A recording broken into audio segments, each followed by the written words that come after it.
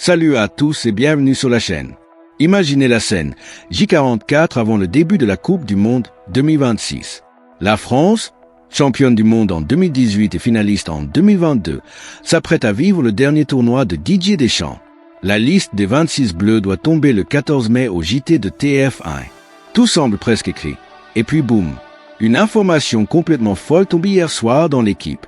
Hugo Lloris, le capitaine légendaire, le gardien le plus capé de l'histoire des Bleus avec 145 sélections, retiré internationalement depuis janvier 2023, serait ouvert à un retour.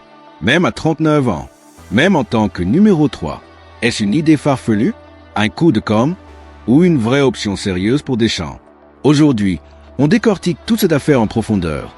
La position de Lloris, sa forme actuelle à Los Angeles, la hiérarchie des gardiens chez les Bleus, la réponse cash de Didier Deschamps et de son staff, les réactions de la presse française et étrangère, et surtout, est-ce que ce comeback improbable pourrait vraiment arriver?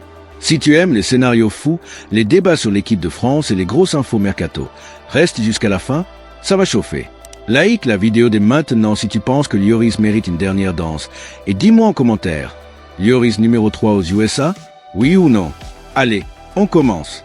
Nous sommes le 28 avril 2026. Dans exactement 44 jours, la Coupe du Monde 2026, organisée conjointement par les États-Unis, le Mexique et le Canada, va démarrer. Pour Didier Deschamps, ce sera la dernière compétition à la tête des Bleus. Après 14 ans de règne, Dédé veut partir en beauté. La liste définitive doit être annoncée le 14 mai prochain, en direct aux 20h de TF1. La plupart des noms sont déjà dans les têtes. Kylian Mbappé évidemment, les cadres comme Antoine. Non, attendez, on parle surtout des nouveaux visages et des incertitudes. Au poste de gardien, le flou est plus grand qu'on ne le pense. Mike Maignan reste le numéro 1 indiscutable. Tout le monde est d'accord là-dessus. Derrière lui, la hiérarchie a beaucoup bougé ces derniers mois. Brice Samba, le gardien de Rennes, a longtemps été le numéro 2.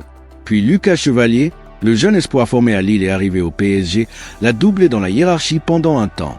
Mais aujourd'hui, la situation de Chevalier au Paris Saint-Germain est catastrophique. Relégué sur le banc par Luis Enrique qui lui préfère le russe Matvei Safonov, Chevalier ne joue presque plus. 0 minute ou presque ces derniers temps. Et quand on ne joue pas, en club, c'est très compliqué de rester dans la hiérarchie des Bleus. Résultat, Brice Samba a repris sa place de numéro 2. Et pour la 3e place, c'était entre Lucas Chevalier, Robin Risser, Jean Buté. Et maintenant, surprise totale, le nom d'Hugo Lloris ressort. Hier soir, l'équipe a lâché une véritable bombe. Selon des informations recueillies auprès de l'entourage d'Hugo Lloris, l'ancien capitaine des Bleus ne ferme pas la porte à un retour en équipe de France pour le Mondial 2026. Attention, précisons bien, il ne fait pas campagne. Il ne veut pas piquer la place de qui que ce soit. Par pudeur et par respect pour les gardiens en place, il ne va pas harceler le staff. Mais, si Didier Deschamps l'appelle, même pour être le numéro 3, il dirait oui.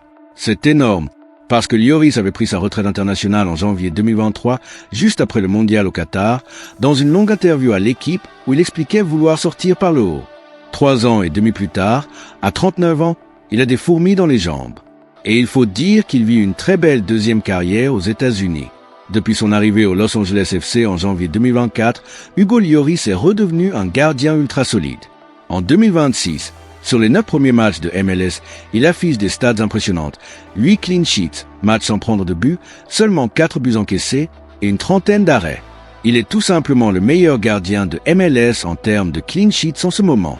Il enchaîne les performances sérieuses. Il est en pleine confiance. Et physiquement, à 39 ans, il tient encore le coup. On est loin du Lloris fatigué de fin 2022. Son entourage le répète. Il ne veut pas être le vieux qui vient voler la place des jeunes.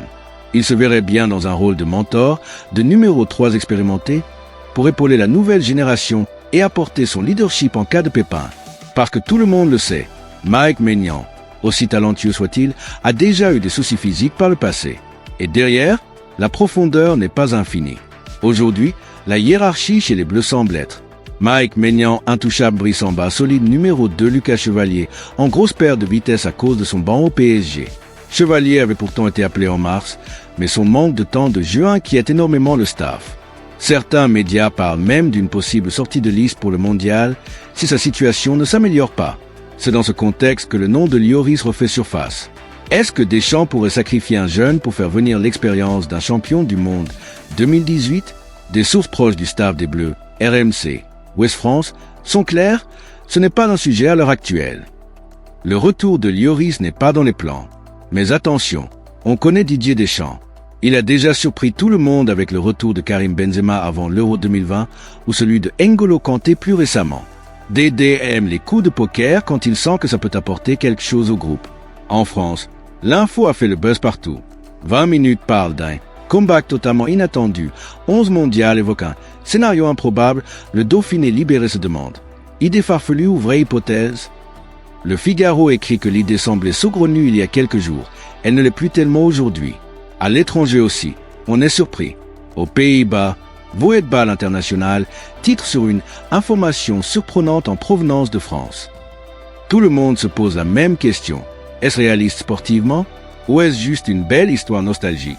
Les arguments pour: expérience énorme en Coupe du Monde, 3 participations, une victoire, une finale. Leadership et mental d'acier. Forme actuelle excellente.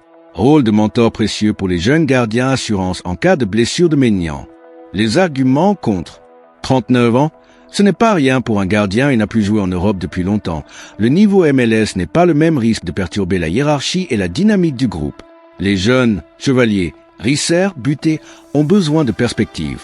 Personnellement, je pense que si Deschamps veut de la sérénité et de l'expérience en profondeur, Lloris peut être une très bonne assurance.